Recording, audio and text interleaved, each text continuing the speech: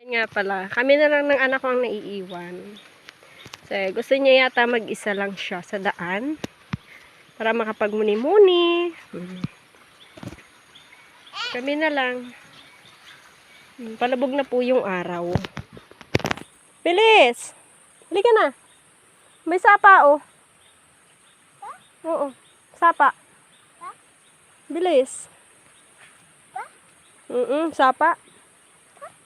Sapa. Sapa. Halika na. Te. Galing. Very good.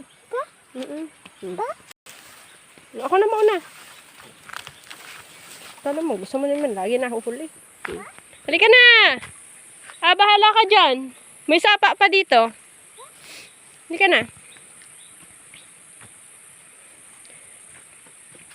Hanap sana ako ng tungaw. Kaso, wala akong makitang hinog. Puro bubot. Yan. Kami na lang as in, kami na lang dalawa. Nauna na yung mga kasama namin. Ayan. For today's video, lakad-lakad. Pero malapit na kami. Nandito na kami sa Binulduser. Lapit naman na kami sa bahay.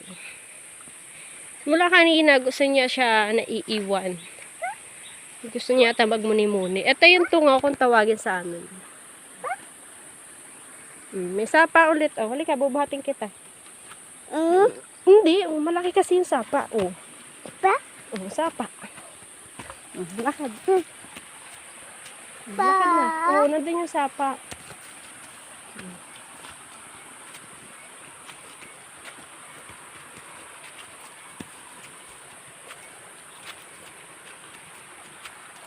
Ano ka naman siya? Babak na.